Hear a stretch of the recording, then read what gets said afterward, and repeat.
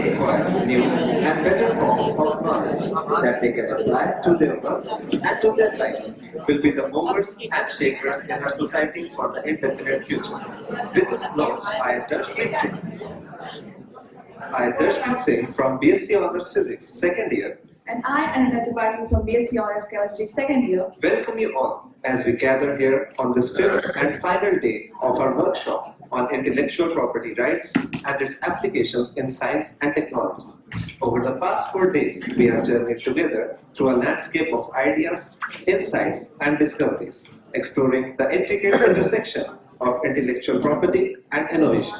Today, we stand on the threshold of a new beginning, armed with knowledge and empowered by the collective wisdom of our discussions. Our journey has been both enlightening and enriching, as we have delved deep into the legal, ethical, and practical dimensions of intellectual property rights.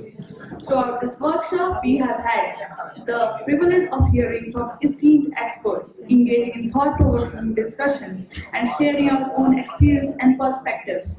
Together, we have examined case studies, explored emerging trends, and gained deeper understanding of role that intellectual property play a shaping the landscape of science, technology, and innovation.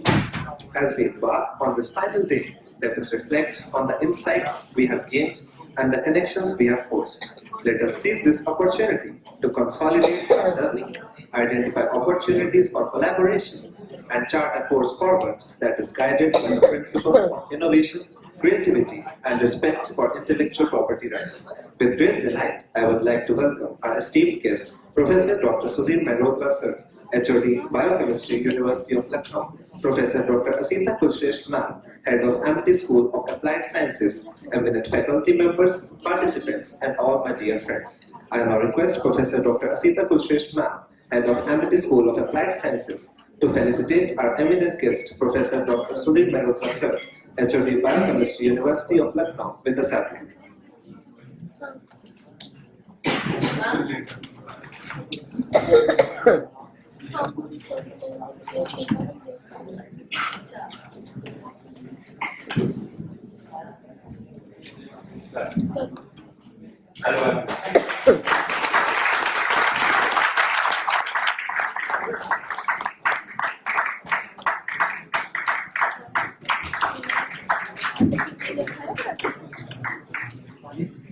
Yeah.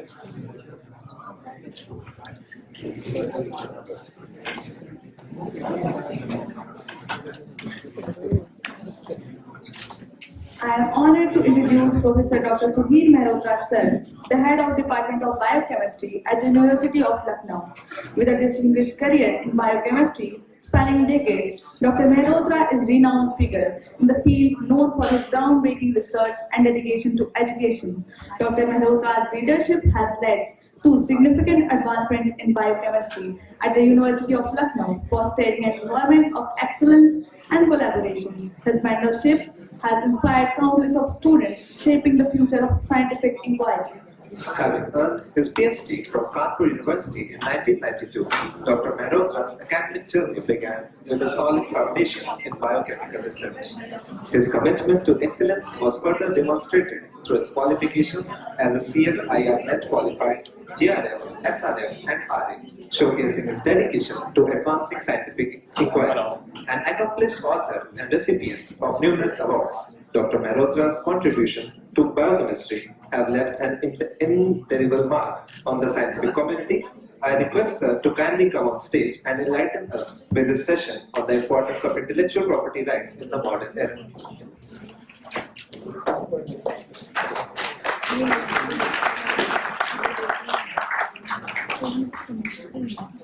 Thank you. You all are getting my voice? Yes, sir. So first of all, I express my sincere gratitude to the organizers that they called me to this event where a 5-day workshop on intellectual property right is being held out here at Amity School of Applied Sciences in Amity University, Lucknow. And two of the very bright students of Amity who are standing on this podium and telling us about what has unfolded in the last 4 days, and they told about me, some very good things about me, I would like to say, जो लड़का यहाँ खड़ा हुआ था उसने बड़ी अच्छी बात कही जो है that as we come to the threshold of a new beginning, वो आसानी से ये कह सकते थे कि as we come to the threshold of the end of this workshop, लेकिन उन्होंने कहा कि नहीं, as we come to the threshold of a new beginning, so that means that our attitude should always be positive, our outlook should always be positive. So it is our purview whether we see something as an end or as a new beginning. So one thing which I got a lot of happiness was that he used the word threshold of a new beginning rather than speaking the end. Virtually it is the end. There will be a welcome function of this workshop which will be held later in the day.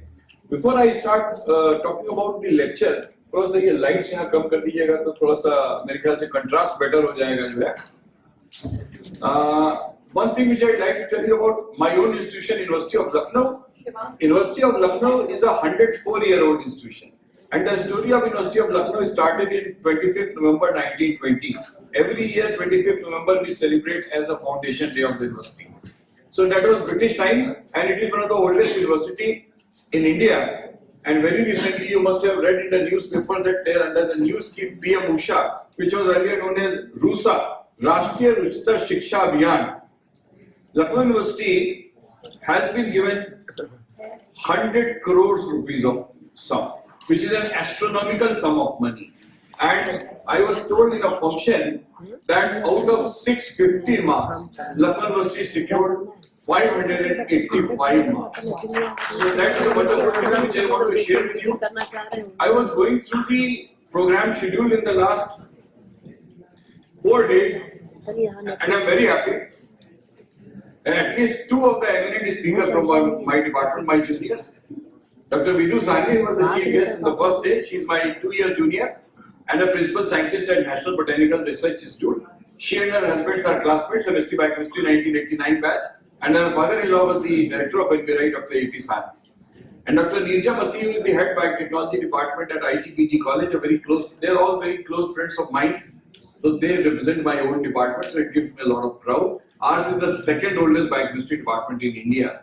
So with these few words, I would like to, may I have the next slide, and can I have a water bottle out here, please? That would be great. So the next slide. So the topic, I believe that मैं तो सबसे last में batting कर रहा हूँ. हमसे पहले तो बहुत सारे बैट्समैन आए हैं जो है, तो उन्होंने बहुत सारी बातें इंटेलेक्चुअल प्रॉपर्टी राइट्स में आपको बताई होंगी. अब मैंने तो उनके लेक्चर्स नहीं अटेंड किए, तो I really do not know what they spoke about intellectual property right, but I try to make my lecture different without seeing their lectures, and I hope that you get a lot of new knowledge and a lot of happiness attending to my lecture. Intellectual property right is concerned with the ownership of one's intellectual output. You know, we are all social animals, and the fundamental difference between man and other animals is that we have got a very well developed mind with the analytical ability, and every day we are inventing something which is adding value to our life. What are those things which I am going to talk about in detail during the course of this particular lecture? So there is something you must have heard across, criteria of patentability. And the criteria of patentability, that anything which can be granted patent has to be unique, it has to be novel, it has to be unobvious, not known to the mankind. And the most important thing, it should have some commercial and economic value attached to it. It's called commercially exploit कर सके in terms of money in the currency of the particular country which you belong to. Next slide. देखिए 8 forms है intellectual property right के: patents, copyrights, trademarks, industrial design, layout design of semiconductor integrated circuits, geographical indications, plant variety protection acts, and trade secrets. And each of these 8 intellectual property rights will be discussed by me in detail. I was told beforehand that I have got 40 minutes in time. हो सकता है मैं कुछ ज्यादा time आपका ले लूं. बहुत दूर से आया हूं, तो इतनी दूर से आया हूं तो 10-15 मिनट तो मुझको एक्स्ट्रा मिलने ही चाहिए. चलिए आगे next slide. Now, before talking about intellectual property right, there are 3 terms which you must should understand. The difference between discovery, invention, and innovation. Discovery is something which was always there. We were not knowing about that. Discovery वो चीज होती है जो हमेशा से थी, हम उसके बारे में जानते नहीं. आप जानते हैं कि त्रिवेंद्रम, जिसका कि नाम अभी तिरुवनंतपुरम है, वहां पे बहुत फेमस विष्णु जी का टेम्पल है जिसका पद्मनाभ स्वामी टेम्पल कहते हैं। अभी 10-12 साल पहले वो टेम्पल बहुत न्यूज में था कि उस टेम्पल के तहखाने, जिसको इंग्लिश में वॉर्ड्स कहते हैं, वो तहखाने ओपन किए गए थे। Ward B has not been open till date, और उसमें अकूत धन संपदा मिली, lot of treasure, rubies, emeralds, gold. You cannot imagine the value of that money that was discovered. It was always there, we were not knowing about it. So Kerala was always the spice hub, and it was black pepper, जिसे काली मिर्च कहते हैं, वो black gold कहलाती थी, पूरी दुनिया में उसका एक्सपोर्ट होता था, और उसी से वो संपदा आई। So discovery is something which was always there, we were not knowing about that. Invention is something which was never there. Human invented that because of the human intellect. Thomas Alva Edison ने electric bulb को invent किया, उससे पहले electric bulb था ही नहीं। Graham Bell ने telephone को इन्वेंट किया। Innovation is something when you improve the market applicability, versatility and utility of that particular thing. I'm going to talk a lot about these things in the course of this lecture. अब क्या है कि कभी-कभी आप patent करना भूल जाते हैं।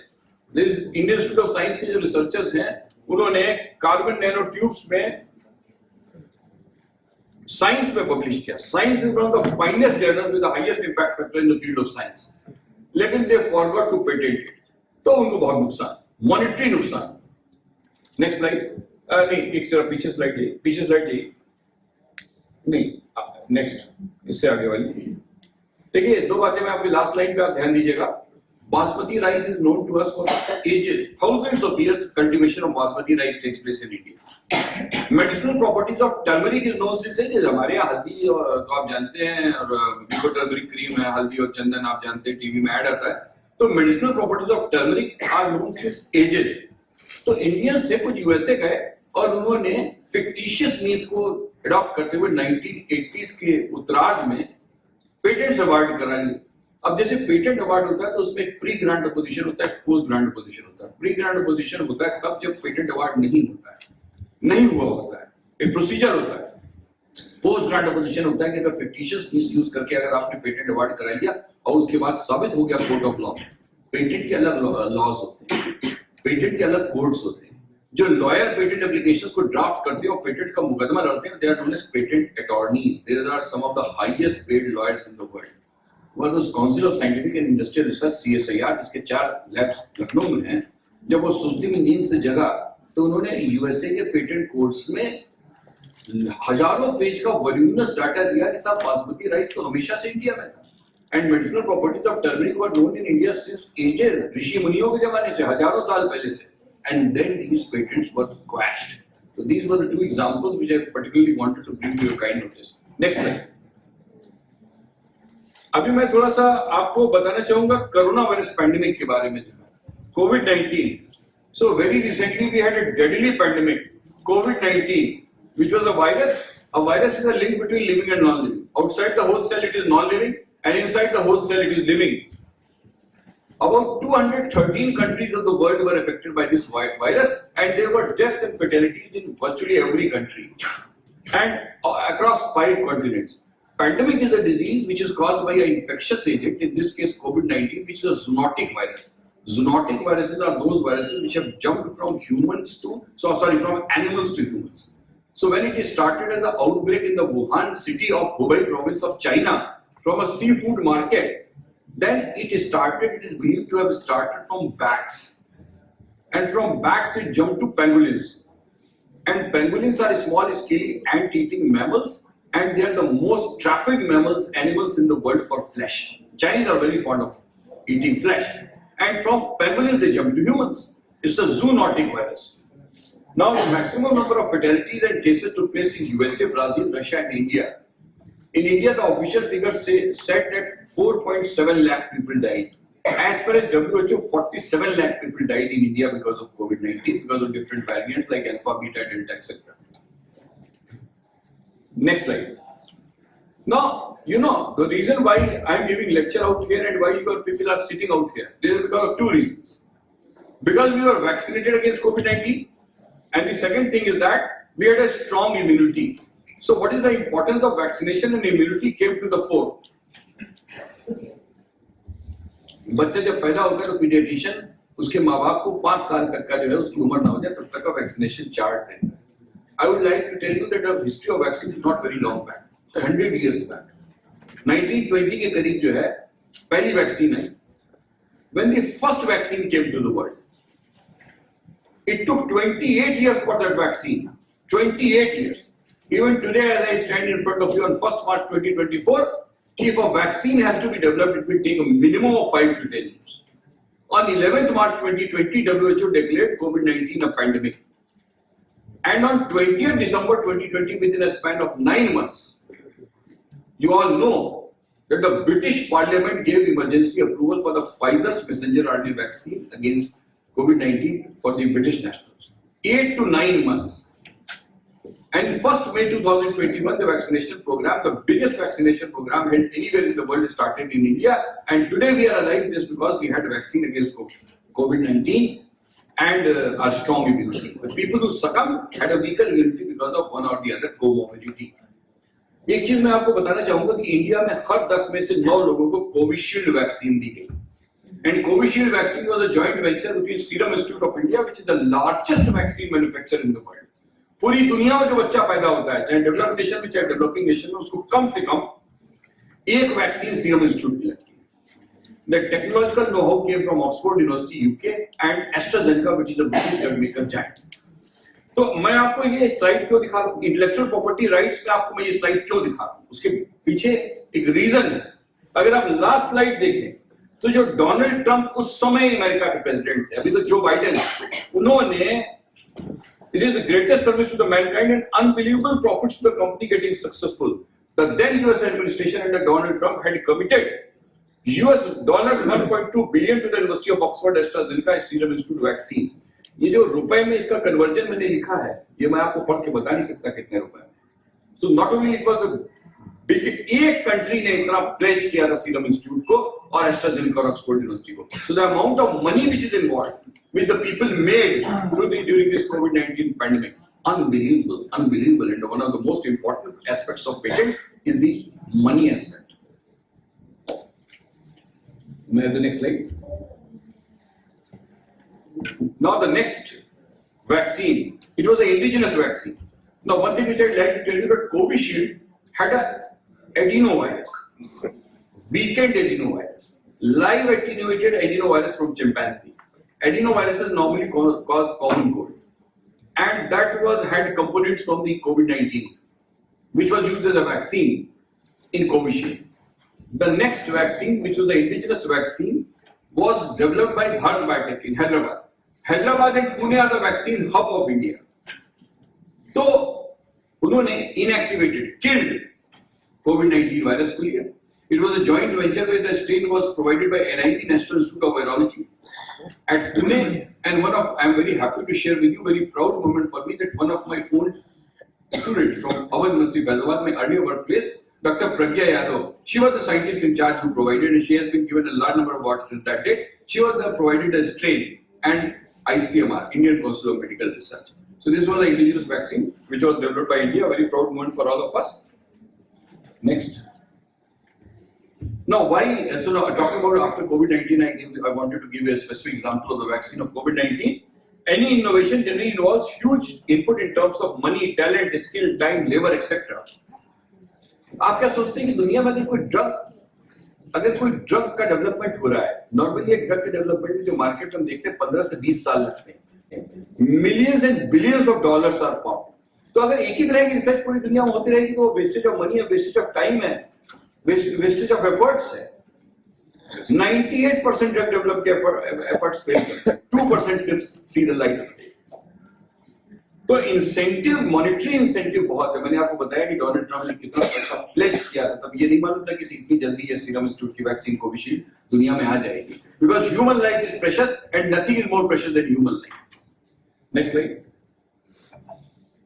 लोग सोचते हैं, मिथ्स को कहते हैं भ्रांतियां. लोग सोचते हैं कि कोई बहुत सोफिस्टिकेटेड चीज होगी, कोई बहुत बड़ी चीज होगी जिसमें मिलियंस ऑफ डॉलर्स का इन्वेस्टमेंट होगा, केवल उसी चीज में पेटेंट मिल सकता है. ये बिल्कुल गलत बात है, बिल्कुल ही गलत बात. There are a very only thing is that it should be unique, it should be novel, it should be having commercial value with it, it should be unobvious, unknown to the mankind.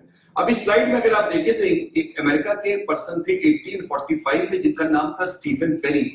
इन्होंने rubber band बनाया। Rubber band लड़कियां अपने बालों में लगाती है। Rubber band हम लोग डेली बहुत यूज करते हैं। मैं भी बहुत यूज करता हूँ rubber band. As a head मुझे 50 किलो की जरूरत होती है। 1845 में जो रबर बैंड स्टीफन पेरी ने बनाया, 2024 आ गया, पहली मार्च है, आज तक उसके बेसिक डिजाइन में कोई फर्क ही नहीं आया। रबर बैंड से ज्यादा यूटिलिटी की कौन सी चीज होती है? स्टेपलर से कितनी यूटिलिटी की चीज? आजकल मेडिकल स्टेपलर्स हैं which are used for stitching tissues and organs during the course of surgery. तो ये गलत बात है कि बिल्कुल बहुत ही सोफिस्टिकेटेड चीजें हो। ह्यूमन माइंड में कोई भी चीज आ जाए जिससे हमको यूटिलिटी हो, हमको फायदा हो। Next slide. अभी देखिए कि हम लोग साइंस क्यों करते हैं। साइंस करने का हमारा मकसद होता है कि हम हाई इंपैक्ट फैक्टर जर्नल्स में पेपर पब्लिश करें या पेटेंट करें। अगर दोनों काम करना है तो पहले पेटेंट करें, because patent is awarded for a fixed period of time, that is a period of 20 years. After that it comes into the public domain, और जब वो पब्लिक डोमेन में आ जाता है तो आप उसको फ्रीली यूज कर सकते हैं without the threat of being infringement of patent rights. 20 साल के लिए पेटेंट मिलता है, फिर उसको पब्लिश कीजिए। अब देखिए जो ऑथर होता है, दोनों वर्क हार्ड करते हैं। वो डॉक्यूमेंट को ऑब्जर्व करता है, रिजल्ट्स को इंटरप्रेट करता है, जर्नल को कम्युनिकेट करता है, फिर रिवाइज करता है, और अगर हाई इम्पैक्ट फैक्टर होता है तो आपको बढ़िया जॉब मिल जाता है, आपको प्रमोशन मिल जाता है, आप इंडिया से प्रोफेसर बन जाते हैं। जो इन्वेंटर है, जो पेटेंट करता है, वो भी सारे काम करता है, लेकिन उसको कमर्शियल बेनिफिट मिलता है, कमर्शियल बेनिफिट। तो जिसको कि मैंने भी ऑलरेडी आपको एग्जांपल देके कोविड-19 वैक्सीन का समझाया। नेक्स्ट। अभी देखिए मोबाइल फोन, स्मार्टफोन। आजकल तो हम बिना कल्पना ही नहीं कर सकते अपनी जिंदगी की मोबाइल फोन की। और मैं आपको बड़ी मजेदार बात बताऊं, जैसे शराब का नशा होता है, जैसे सिगरेट का नशा होता है, तंबाकू का नशा होता है, टोबैको का, गुटखे का, पान मसाले का, आजकल लोगों को मोबाइल फोन का भी नशा चलता है। इंडिया की बात कर रहा हूँ, कई mobile phone de addiction centres हैं। लोग रात में सोते तो मोबाइल फोन देख के, व्हाट्सएप मैसेज आया तो नींद खुल गई, देखे क्या आया है। तो mobile phone has become an indispensable part of our lifes. अब इस मोबाइल फोन में बहुत सारे वो हैं, intellectual property rights, industrial design है, इंटीग्रेटेड सर्किट्स हैं, पेटेंट्स हैं, ट्रेडमार्क है, बहुत सारे इंटेलेक्चुअल प्रॉपर्टी राइट्स के एस्पेक्ट्स आपको एक छोटे से मोबाइल फोन जो हमारी जेब में रहता है, हमारे हाथ में रहता है, उसमें। Next slide.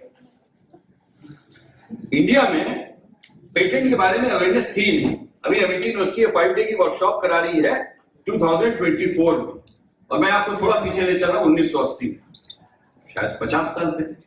50 साल पहले इंडिया का पेटेंट ऑफिस ऐसा हुआ करता था। ये इंडिया की पिक्चर्स है, लाइव पिक्चर्स है, समझ लीजिए। और अभी ऐसा हो गया दिल्ली का पेटेंट ऑफिस। स्लाइड बढ़ाते जाइए।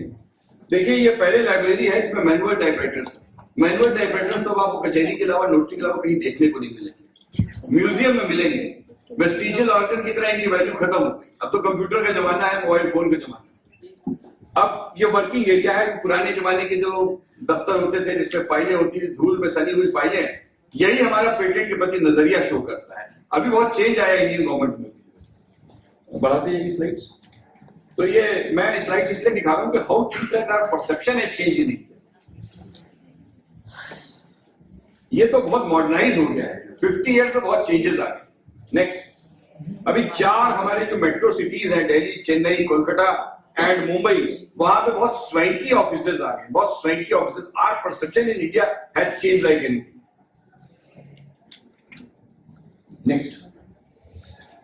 Patent is an exclusive right which is granted by a country for a limited period of time to the owner of an invention to make, use, manufacture and market the invention, provided the invention satisfies certain conditions which are stipulated by the law, patent law of that country. In India, the patent law came in 1970 and it was amended in 2005. There are certain clauses of the law which are common to the patent laws of all countries, and there are certain clauses which are different. Next. अब America के former president हुए जिनका नाम Abraham Lincoln है, जिनको सब लोग जानते हैं। इन्होंने कहा कि the patent system added the fuel of interest to the fire of genius. Hindi में एक कहावत है कि आग में घी डाल, जब आप आग में घी डालेंगे तो अग्नि प्रज्वलित होगी और भड़केगी। तो ये जीनियस है जिसमें आग में घी डाल रहे हैं। और आज हमारी जिंदगी बहुत कंफर्टेबल हो गई है। ये एसी, ये लाइट्स हमेशा नहीं थी, 200-400 साल पहले नहीं। औरंगजेब की राज्यसभा में अगर किसी ने कहा होता कि इंसान चंद्रमा पर पैर रखेगा तो लोग कहते हैं कि पागल हो गया। लेकिन नील आर्मस्ट्रांग ने 1969 में जब चंद्रमा पर पैर रखा, तो जो आज फिक्शन है वही फैक्ट है। जो चीज आज फिक्शन लग रही है वही साइंस है करके। नेक्स्ट, अब मैं 2 एग्जांपल आपको दूंगा। एक हमारी कंट्री के हैं गुलशन कुमार, एक दूसरी कंट्री के अमेरिका के बिल गेट्स। दोनों का जन्म गरीब कंट्री में, गरीब परिवार में हुआ। गुलशन कुमार फ्रूट जूस बेचते थे दरियागंज में। गुलशन कुमार के साथ बहुत लोग फ्रूट जूस बेचते थे, वो आज भी बेच रहे होंगे, मर गए। Gulshan Kumar went on to become the cassette king of India because he could exploit the lax patent laws which were there at that point of time. तो जब इंडिया आजाद हुआ 1947 में, तो हमारी जो फिल्म इंडस्ट्री थी, बॉम्बे फिल्म इंडस्ट्री जिसे बॉलीवुड कहते हैं, उसमें जो म्यूजिक कैसेट्स थे उसकी मोनोपोली एचएमवी कंपनी थी। हिज मास्टर्स वॉइस ग्रामोफोन, आपने देखा है ग्रामोफोन बनाया, कुत्ता उसके आगे बैठा, उसका लोगो था, उसका सिंबल था। हर फिल्म जो बनती थी उसके rights, music rights HMV company के पास होते थे। गुलशन कुमार का दिमाग बहुत शार्प था। वो अलग बात है कि हमारी कंट्री में लोगों का दिमाग बहुत शार्प होता है, डिस्ट्रक्टिव चीजों में ज्यादा लगता है, कंस्ट्रक्टिव चीजों में कम लगता है। गुलशन कुमार को एक आइडिया आया, उन्होंने एक कैसेट कंपनी खोली, इसका नाम रखा उन्होंने super cassette industry, SCI, Noida में एक ऑफिस खोला। आज जब पिक्चरें रिलीज होती हैं तो 100 करोड़ का बिजनेस करती है, 500 करोड़ का बिजनेस करती है, 1000 करोड़ का बिजनेस करती है। पिक्चर हॉल के बाहर आइए, आपको एक गाना पूछ ले तो आप बता नहीं पाएंगे कौन सा गाना। लेकिन उस जमाने में वो गाने बड़े मशहूर हुआ करते थे, बड़े फेमस सिंगर्स थे, किशोर कुमार थे, लता जी थी, आशा जी थी, मोहम्मद रफी थे, मुकेश साहब थे। तो गाने हिट थे, गाने सुपर डुपर हिट।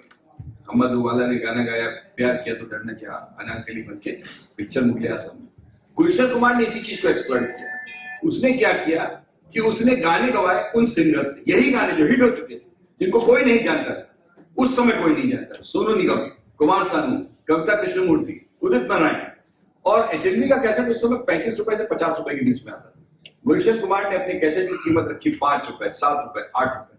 अब रिक्शे वाला जो सुन रहा है उसको सुपर हिट गाने को मिल रहा है, देखने को, सुनने को मिल रहा है, उसे क्या फर्क पड़ता है कि लता जी गा रही है, अनुराधा पौडवाल। जो चीज 50 रुपए की कैसेट थी वो उन्होंने 5 रुपए में कैसेट बनाया, 7 रुपए में कैसेट बनाया और बेचा। और एचएमवी का एम्पायर जो था, जो 100 साल में बना था, crumbled like a pack of cards, and Gulshan Kumar went on to become the cassette king of India. So this example I specifically gave to you कि आदमी जो अगर लैक्स पेटेंट लॉज है उसको कैसे एक्सप्लॉइट करता है, इसका सबसे बढ़िया एग्जांपल गुलशन कुमार है। दूसरा बिल गेट्स, ये भी गरीब आदमी थे। He went on to become one of the richest persons in the world because he could understand the power of patenting. दुनिया में जितने भी कंप्यूटर दिखते हैं आज, computer and laptops and desktops have become an indispensable part of our life। तो जितने भी कंप्यूटर दिखते हैं उसमें इंटेल का जो है वो माइक्रोसॉफ्ट कॉर्पोरेशन को ही, और जो विंडोज का जो ओरिजिनल वो डाला जाता है सॉफ्टवेयर, उसका पैसा ही माइक्रोसॉफ्ट कंपनी को जाता है। You can imagine the amount of wealth which Bill Gates legally amassed. The wealth which was amassed by Gulshan Kumar was through ill-gotten means, was through illegal means. So that's the basic difference. That's why I gave you 2 examples, one from India, one from America. Next slide. थोड़ा इससे पहले भी चलिए, एक slide पहले चलिए। देखिए last में रेड कलर में लिखा प्रोडक्ट पेटेंट और प्रोसेस पेटेंट। पेटेंट 2 तरह के होते हैं। जब भी कोई ड्रग मार्केट में आती है तो पहली बार जब वो ड्रग मार्केट में आती है तो प्रोडक्ट पेटेंट दिया जाता है। अब वो ड्रग सिंथेटिक हो सकती है, आर्टिफिशियल हो सकती है, सेमी सिंथेटिक हो सकती है, नेचुरल हो सकती है। 15-20 साल लगते हैं, 15 बिलियंस ऑफ डॉलर्स लगते हैं। इसका मतलब ये नहीं कि दुनिया भर में उस ड्रग पे रिसर्च खत्म हो, रिसर्च चलती रहती है और 20 बार उसी ड्रग पे पेटेंट मिलता है, जो प्रोसेस पेटेंट। कभी उसके साइड इफेक्ट्स कम हो गए, कभी उसकी टॉक्सिसिटी कम होगी, कभी उसकी कॉस्ट कम होगी। कि एक ड्रग इसको 1 लाख रुपए की कॉस्ट करती है, आप उसको 10 हजार में किया, कितना फायदा है मैनकाइंड का। तो product patent is awarded for a product for only one time, but a process patent is can be awarded multiple times. Next, अब दुनिया में कोई वर्ल्ड पेटेंट नहीं है। देखिए आजकल की दुनिया बहुत फर्क हो गई है। मल्टीनेशनल कंपनीज होती है, जैसे सैमसंग, इंडिया में आपको ओप्पो के, सैमसंग के, नोकिया के, रेडमी के, एमआई के कितने ही आपको मोबाइल फोन्स मिलेंगे किसी कंपनी के। ठीक है, सिर्फ इंडिया में अपने मोबाइल फोन बेचते हैं, दुनिया का ऐसा कोई मुल्क नहीं जिसमें अपने मोबाइल फोन नहीं बेचते। लेकिन पेटेंट ज्योग्राफिकल बाउंड्रीज में मिलता है, टेरिटोरियल राइट्स होते हैं। आपने 50 कंट्री में पेटेंट के लिए अप्लाई किया, 25 कंट्री ने उसी पेटेंट को रिजेक्ट कर दिया, 25 कंट्री ने उसी पेटेंट को एक्सेप्ट कर दिया। So the patent can be exploited only within geographical boundaries of a particular country. अगर किसी चीज को इंडिया में पेटेंट मिला है तो केवल इंडिया में उसको आप कमर्शियली एक्सप्लॉइट कर सकते हैं, अमेरिका में नहीं कर सकते, इंग्लैंड में नहीं कर सकते, पाकिस्तान जो हमारी बगल कंट्री है, श्रीलंका में नहीं कर सकते। पेटेंटिंग इंपॉर्टेंट क्यों? इंडस्ट्रियल ग्रोथ को एनकरेज करने के लिए और डुप्लीकेशन ऑफ रिसर्च को प्रिवेंट करने के लिए। अगर हर कंट्री में एक ही काम हो रहा है तो सारा पैसा जाया चला जाएगा। A patent portfolio is a very important document of any company. If a new client goes to a company, he would like to see the patent portfolio of the country कि कब से कंपनी ने patent करना शुरू किया, आज तक कितने प्रोडक्ट में पेटेंट हुए. That creates the goodwill of a company. Next. मैं आपको एक बात बताना चाहूंगा क्योंकि मैं बायोकेमिस्ट्री का टीचर हूं, तो मैं क्लिनिकल बायोकेमिस्ट्री पढ़ाता हूं. तो आप जानते हैं कि हमारे यहाँ एक टाइप का कैंसर है, मैलिग्नेंट कैंसर, जिसे ल्यूकीमिया है, जो व्हाइट ब्लड सेल का कैंसर है. तो somebody wants to interrupt? अच्छा, जानते हैं, तो चलिए ठीक है, चलिए फिर नेक्स्ट स्लाइड पे आइए. चलिए नेक्स्ट स्लाइड पे आ जाइए. तो now one more thing which I'd like to tell to you people out here is that कि जब इंडिया आजाद हुआ 1947 में, तो 1945 में सेकेंड वर्ल्ड वॉर के एंड में अमेरिका ने जापान की 2 सिटीज हिरोशिमा और नागासाकी को बॉम्बिंग की. Japan was destroyed. Today Japan is a developed nation and India is still struggling to make the two ends meet, and the reason is because the Japanese people, they could recognize the power of patenting. So that's why I give you this example. Next. देखिए, patent rights जो होते हैं वो हमारी अपनी property की तरीके से होते हैं. जैसे हमारा अपना घर होता है, उसको हम इनहेरिट कर सकते हैं, बेच सकते हैं, खरीद सकते हैं, लाइसेंस कर सकते हैं, अमेंडमेंट कर सकते हैं, and it can be challenge for infringement in a patent court. Next. वो चीज यूजफुल होनी चाहिए सोसाइटी के लिए. वैक्सीन का एग्जांपल मैं आपको दे चुका हूँ, ड्रग्स का एग्जांपल मैं दे चुका हूँ, सक्सेसफुल ट्रांसप्लांटेशन ऑफ ऑर्गन्स. देखिए, हमारी कंट्री में या वर्ल्ड ओवर जो सबसे ज्यादा मारामारी होती है ऑर्गन्स की, उसमें किडनी. एक पेयर ऑफ किडनी होती है. हेल्दी आदमी एक अपना किडनी डोनेट कर सकता है, दूसरा एक्सेप्ट कर सकता है. लेकिन चैलेंज ये होता है कि वो जो डोनर की किडनी है या कोई भी ऑर्गन है या स्टेम सेल है या टिश्यू है, वो रिसिपिएंट की बॉडी एक्सेप्ट करे उसको. This is what is the challenge. अभी भी इसमें बहुत सारी प्रॉब्लम्स हैं. वो हमारी बॉडी उस ग्राफ्ट को या ट्रांसप्लांटेड ऑर्गन या सेल को एज अ फॉरेन ट्रीट करती है और रिजेक्ट कर देती है. अभी भी बहुत काम होना बाकी है. ऐसा नहीं कि दुनिया में सब कुछ सारी चीजें में सफलता प्राप्त हो चुकी है. Next slide. अब मैं बात करूंगा second form of intellectual property right, that is copyright. It provides royalty to authors, painters, artist and television producers. तो इससे बहुत रॉयल्टी मिलती है और इसमें कंप्यूटर के सॉफ्टवेयर्स भी हैं. When you go to purchase a laptop in the NASA market in Lucknow in Hazarganj, the person who is selling the laptop or desktop to you will ask कि आपको pirated वाला software चाहिए या original software चाहिए. Windows का original software चाहिए तो 10,000 extra दूंगा, पायरेटेड वाला फ्री में देंगे. Pirated is illegal. Next slide. Plagiarism आप जानते हैं, अमिटी यूनिवर्सिटी में भी जितने भी लोग जो है वो पीएचडी थीसिस सबमिट करते होंगे तो प्लेगरिज्म को चेक करने के सॉफ्टवेयर्स आते हैं, जैसे उलकुंड है और हमारी यूनिवर्सिटी में भी होता है. टेबल लाइब्रेरी हमारी उसकी वो देती है certificate. That should be less than 10%. अगर 10% से ऊपर है you will not be allowed to submit the thesis. तो ये सब चीजें आजकल बहुत अवेयरनेस आ. Next slide. अब कोई भी किताब आप खरीदते हैं तो उसमें ये चीज लिखी होती है. एक प्रिंसिपल्स ऑफ बायोकेमिस्ट्री है which is known as the Bible of Biochemistry by Leninger, Nelson and Cox. Albert Leninger died in 1985 and then this book was rewritten by 2 authors, Nelson and Cox. लेकिन copyright मिलता है death के 60 years के बाद तक. तो लेनिंजर साहब ने इस किताब को लिखने में जितनी रकम कमाई होगी एज रॉयल्टी, उससे हजारों गुना ज्यादा उनके बेटे, उनके पोते, उनके पोते आज तक कमा चुके होंगे. That's the power of copyright. इस किताब की वजह से, रॉयल्टी की वजह से, जो 60 इयर्स डेथ के बाद posthumously milli. Next.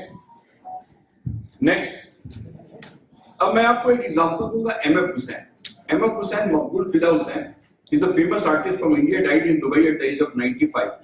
When M.F. Hussain was very young and India was still under British rule, in 1940, he used to paint hoardings of the films which were about to release in the Bombay film industry.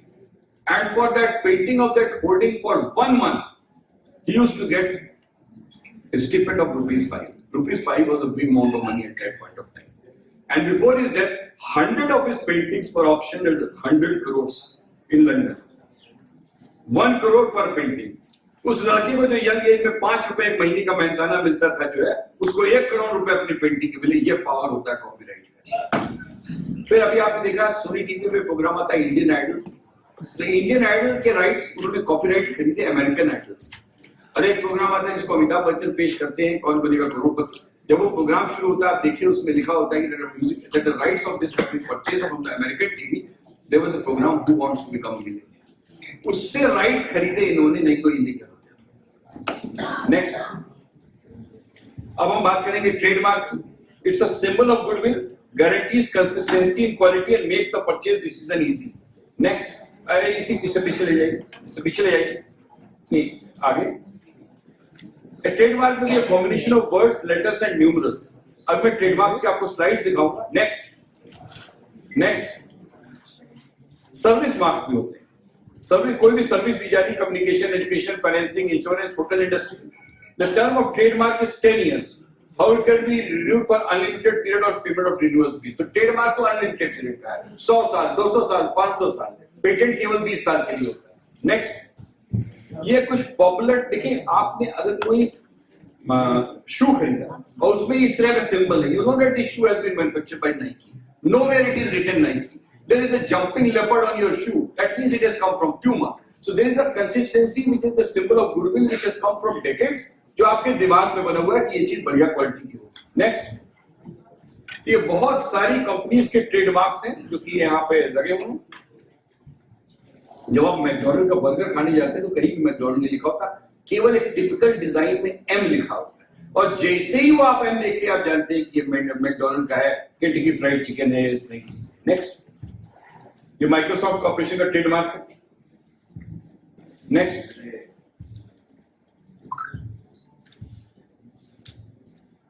आगे लीजिए। फिर देखिए trademark, patent और design ये subset है intellectual property में, जैसे industrial property है। नेक्स्ट, इंडस्ट्रियल डिजाइन एक्ट है 2000 में। तो design means only the features of shape, configuration, pattern, ornamentation और कंपोजिशन ऑफ लाइंस और colours applied to any article whether 2-dimensional or 3-dimensional by any industrial process or means which in the finished article appeal to and are judged solely by the eye. तो किसी चीज के भी design हम अपनी आंख से देखते हैं। नेक्स्ट, अभी देखिए बहुत सारे फैशन डिजाइनर्स के नाम यहाँ लिखे, रीना ढाका, रोहित बल, Manish Malhotra, Bhanu Athaiya. Is anybody who is sitting in this audience can tell me who was Bhanu Athaiya? आप लोग में किसी ने भानु अथैया का नाम सुना? She was a famous Indian designer. 1980 में एक पिक्चर आई थी बाइलिंगुअल बनी थी, जिसको गांधी नाम से पिक्चर बनी। गांधी पिक्चर का डायरेक्टर थे सर रिचर्ड एटनबरो, और गांधी जी की भूमिका इंग्लिश एक्टर बेन किंग्सले ने निभाई थी। अब कस्तूरबा गांधी की भूमिका रोहिणी हट्टंगडी ने निभाई थी।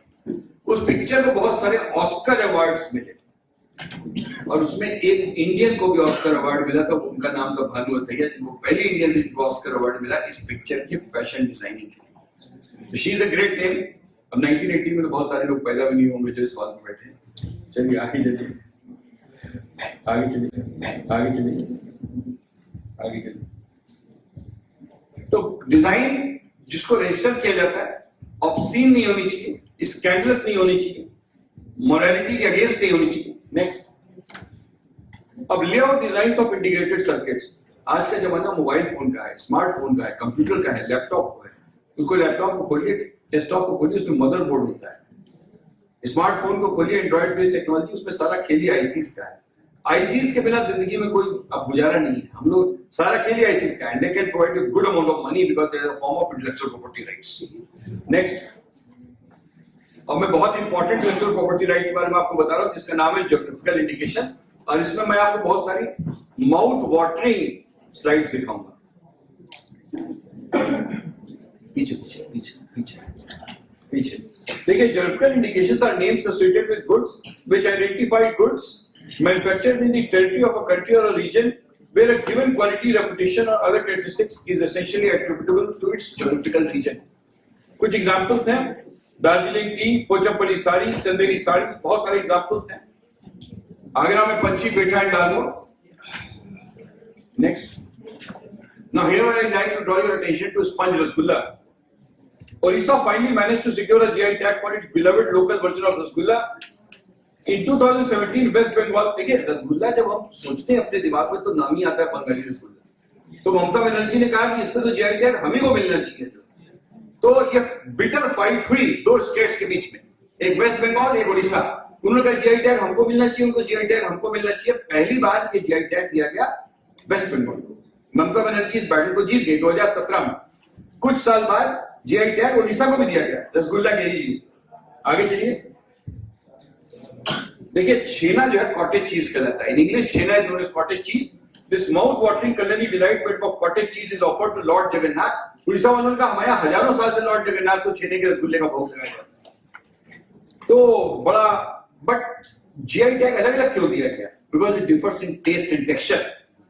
Orissa rasgulla is very soft to feel, juicy and non chewy. ये स्वॉलो करते हैं, दांत का प्रेशर नहीं लगाना पड़ता। West Bengal rasgulla is circular in shape, milky white in color, spongy and chewy in consistency. Next slide.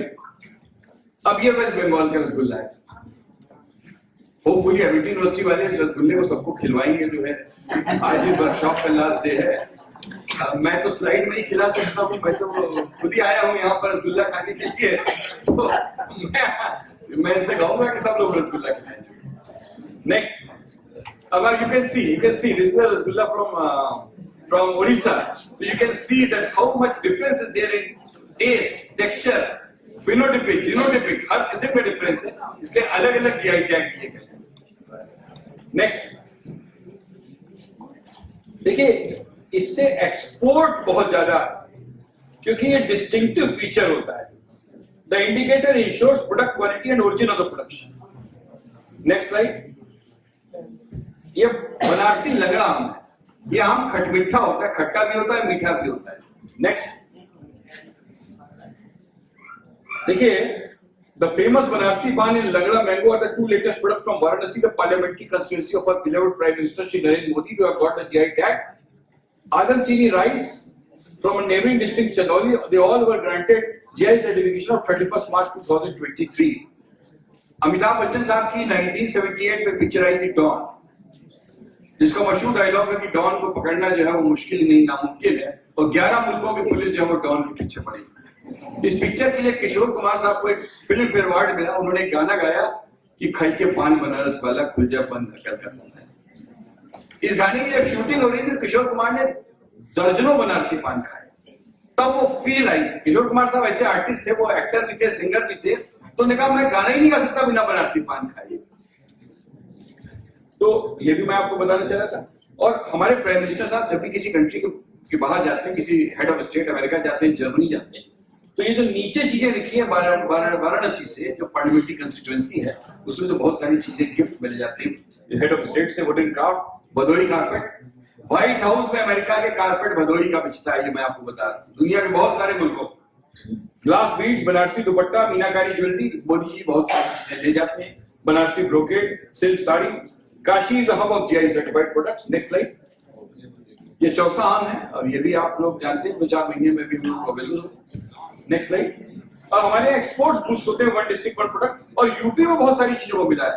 Aligarh का ताला जो है, किशोर कुमार ने गाना गाया था कि खाई के पान बनारस वाला खुल जाए बंद अकल का ताला, लेकिन ये ताले तो खुलते नहीं है। अलीगढ़ के ताले बड़े मशहूर हैं। प्रतापगढ़ का amla is a very rich source of vitamin C. और अभी कोविड-19 पैंडेमिक आए तो हर आदमी ने सीलिंग की टैबलेट खाई, आंवला खाया, नींबू खाया, क्योंकि vitamin C is a very strong immuno booster. Hathras की हींग। मैं एक बार लखनऊ यूनिवर्सिटी की तरफ से हाथरस में कॉलेज के इंस्पेक्शन में गया, तो जब मैं चलने लगा तो उन्होंने कहा आपको एक गिफ्ट देना चाह रहे हैं। मैंने समझा पता नहीं क्या रुपया पैसा देना चाह रहे हैं, कौन सा ब्रीफ केस स्मगलिंग की क्या चीज देना चाह रहे हैं। बोले साहब हाथरस की हींग बड़ी मशहूर है, और वो हमारे घर में जो हींग आती थी वो अभी भी आती है, तो पाउडर हींग होती है। उन्होंने मुझको जो हींग दी वो बिल्कुल अदरक की तरीके से उसकी गांठें थी, और वो एक मिठाई का डब्बा भी उन्होंने दिया। बोले मिठाई साथ ना रखिएगा नहीं तो ये बेकार हो जाएगी। इतनी स्ट्रॉन्ग स्मेल थी उस हींग की। तो खैर मैंने वो गिफ्ट ले ली। रामनगर का बैगन, मुजफ्फरनगर की गुड़, आगरा का लेदर फुटवियर। वैसे Agra is better known for पंछी पेठा एंड दालमोट, जो है 90% दुकानें नकली होती हैं, क्लोन्स हैं, बायोटेक्नोलॉजी के स्टूडेंट जानते हैं। 5% असली पंछी पेठा दालमोट होती, बाकी सब नकली है। नेक्स्ट। अब देखिए Lucknow chikan manufacturer association. Next. अभी देखिए Lucknow is famous for chikan clothes. Now one thing which I like to bring to your kind knowledge is that लोग सोचते हैं कि चिकन का कपड़ा लखनऊ में मिलता है। ये बिल्कुल मिसनोमर है, ये बिल्कुल गलत बात है। चिकन कपड़ा आता है सूरत से, जो क्लॉथ सिटी ऑफ इंडिया है, और अहमदाबाद से। चिकनकारी चाहे वो मशीन की गई चाहे हाथ की गई, चिकनकारी को जीआई टैग मिला है। लखनऊ कोई भी आता है तो भाई चिकन कपड़ा खरीदना है, हमको करवाने ले चलो, रूमी गेट घुमाने ले चलो, और टुंडे के कबाबी यहाँ ले चलो। चलिए नेक्स्ट। तो ये सब चिकन की फेमस डिजाइन हैं, और ये सब लखनऊ इसके लिए मशहूर है, दुनिया से लोग आते हैं जाते हैं। इसी चीज के लिए लखनऊ जाना जाता है। उस चीज की पहचान जिसे जीआई टैग दिया गया उस सिटी की वजह से होती है, उस सिटी की पहचान उस चीज की वजह से होती है। नेक्स्ट, ये दशहरी आम है, थोड़े दिनों में खाने को मिलेगा। आप स्लाइड बढ़ाते हैं, यहाँ रोक लीजिए। ये आम इंडिया में सबसे ज्यादा एक्सपोर्ट होता है। ये रत्नागिरी आम है, महाराष्ट्र में बॉम्बे से 200 किलोमीटर दूर एक जगह है रत्नागिरी, इसे हाफूस भी कहते हैं, इसे अल्फांसो भी कहते हैं। और ये आम डजन्स में मिलता है, तौल के नहीं मिलता जैसे हमारे यहाँ मिलता है।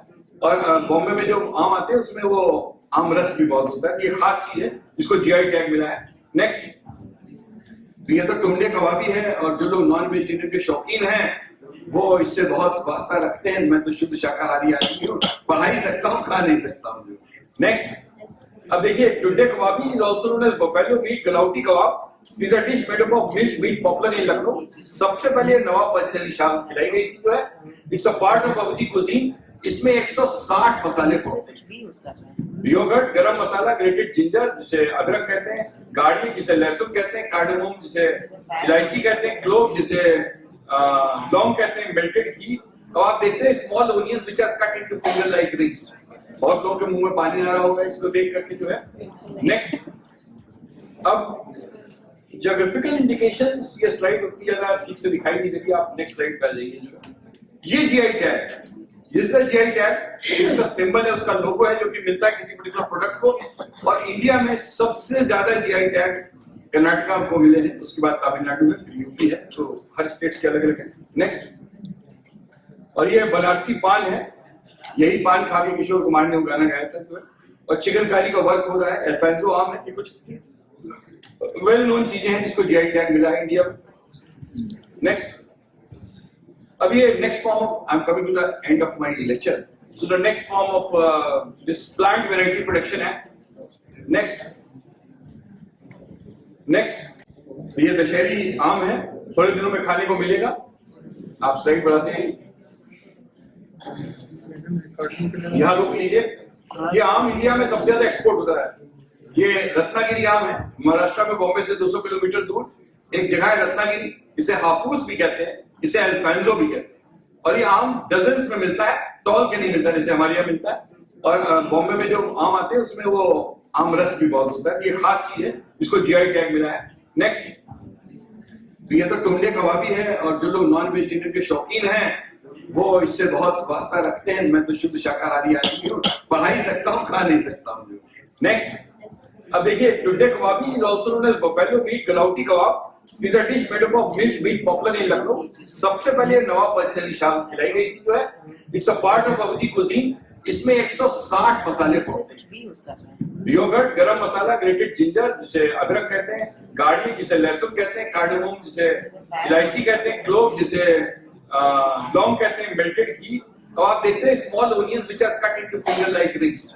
बहुत लोगों के मुंह में पानी आ रहा होगा इसको देख करके जो है।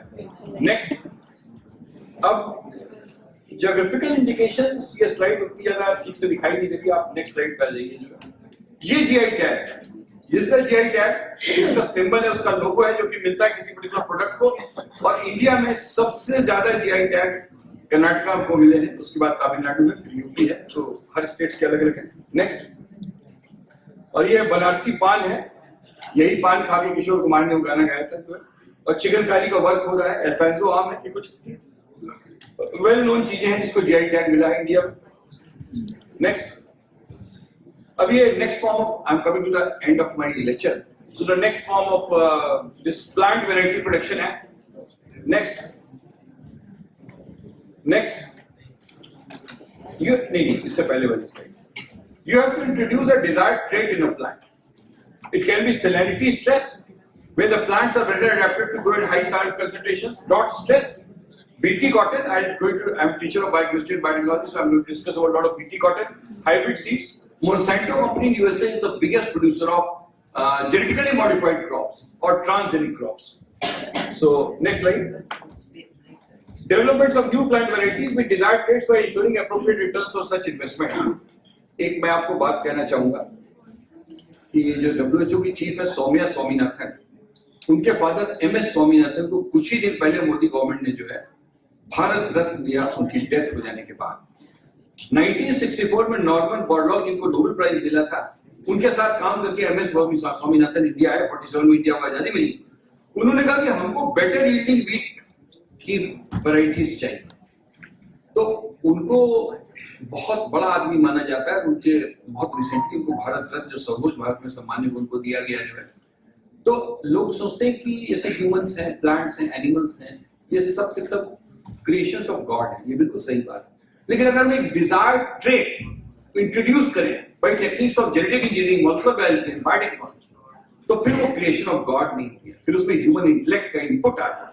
अगर एक चीज में इतने हेक्टेयर यील्ड होती है और वो यील्ड को हम 5 टाइम्स बढ़ा दें, तो गॉड ने नहीं किया, तो ह्यूमन बीइंग ने किया, तो वो चीज फिर इंटेलेक्चुअल प्रॉपर्टी का फॉर्म है। ये इसको हम प्लांट वैरायटी प्रोटेक्शन एक्ट कहते हैं। Next, BT is bacillus thuringiensis। India जब आजाद हुआ तो ग्रीन रेवोल्यूशन आया। ग्रीन रेवोल्यूशन में 2 केमिकल पेस्टिसाइड्स और chemical fertilizers, they were the signature molecules of green revolution, which increased the yield of the crop as well as they killed the insect and pest. BT cotton is a classical example of biopesticide. This is the only genetically modified crop which has been given permission by the Indian government. और cotton crop, जिसको कि botanical name Gossypium होता है, उसमें कीड़ा लगता है जिसका नाम है कॉटन बोरर इंसेक्ट, और उसको किल करने के लिए chemical pesticide which were spread in the field, they used to cause air pollution, water pollution, soil pollution. इसको इको फ्रेंडली चीज से सब्स्टिट्यूट किया गया बीटी कॉटन। बीटी एक बैक्टीरिया है, रॉड शेप, जिसे बैसिलस thuringiensis कहते हैं, और ये बैक्टीरिया उस कॉटन बोरर इंसेक्ट को किल करता है। नेक्स्ट, बस 5 मिनट्स। अब ये देखिए, ये कॉटन प्लांट है, टॉक्सिन मोनोमर है, ये बीटी टॉक्सिन प्रोड्यूस करता है और ये पॉलीमर बनाता है, और ये ऑस्मोटिक लाइसिस करता है इस इंसेक्ट के लार्वा के मिड गट में बाइंड करके, और उसकी डेथ हो जाती है। तो नेक्स्ट, तो फिर ट्रेड सीक्रेट है। अब मैं, इन्होंने कह दिया टाइम अप हो गया, मैं बहुत जल्दी बताऊंगा। कोका कोला का एक ट्रेड सीक्रेट, कोका कंपनी के मालिक जो होते हैं 5-6 लोग, उन्हीं को ट्रेड सीक्रेट मालूम है। वो कभी एक एरोप्लेन में ट्रैवल नहीं करते कि अगर वो एरोप्लेन क्रैश हो गया तो वो ट्रेड सीक्रेट दुनिया को नहीं पता चलेगा, खत्म हो जाएगा। बैंथनी गॉड ब्रदर्स है हैदराबाद में, जो कि एक टाइप 1 हाइपर सेंसिटिविटी डिजीज है, एस्थमा। उससे जो लोग सफर करते हैं, एक खास दिन मंत्र से अभिमंत्रित करके एक जिंदा छोटी सी मछली यहाँ पे गुजारते हैं रेस्पिरेटरी ट्रैक्ट से, which causes the miraculous cure of asthma. ये सब ट्रेड सीक्रेट्स हैं। लेकिन अब मुझे खतरे की घंटी सुनाई दे रही, कह रहे लेक्चर जल्दी खत्म कीजिए। तो चलिए आगे चलिए। तो आगे चलिए। तो this is the last slide. So IPRs, the patents are meant for benefits of inventors, innovators, and ultimately society. Mobile phones have become very versatile gadgets. Next slide. And intellectual property is a product of human mind. No aspect of our lives is untouched by it. Intellectual property rights include rights related to protection of inventions in all fields of human endeavor, including scientific, technological, literary, and artistic works, and provides protection against unfair competition. So that is all. And I hope you enjoyed the lecture. And if there are any questions, then I will be more than happy to try to answer those questions.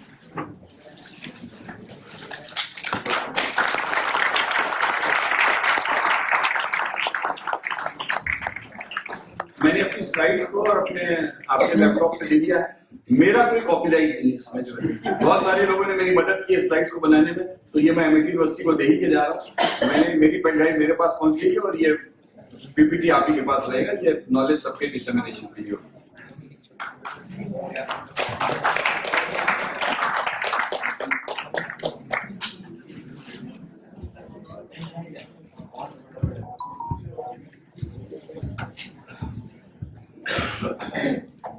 Any questions from the audience?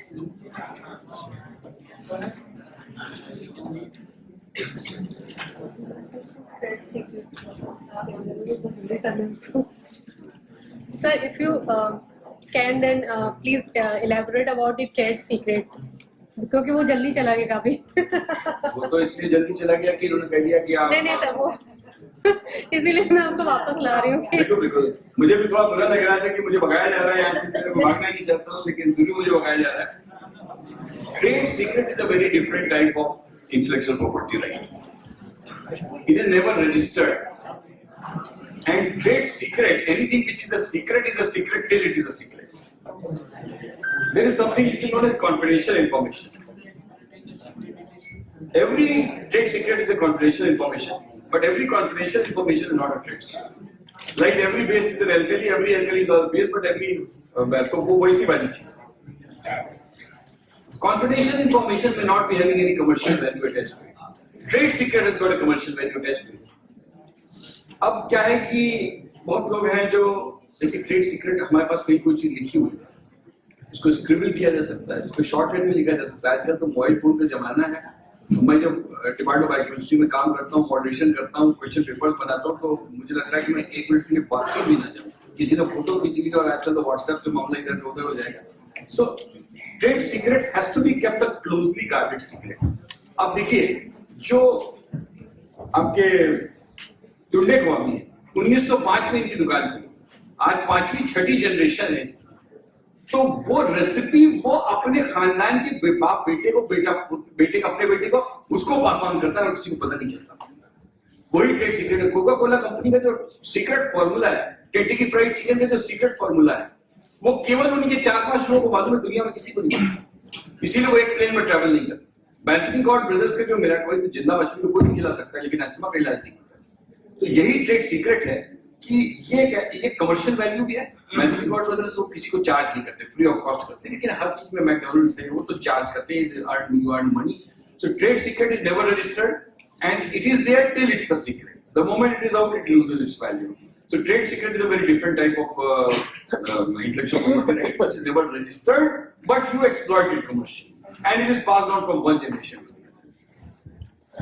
the other.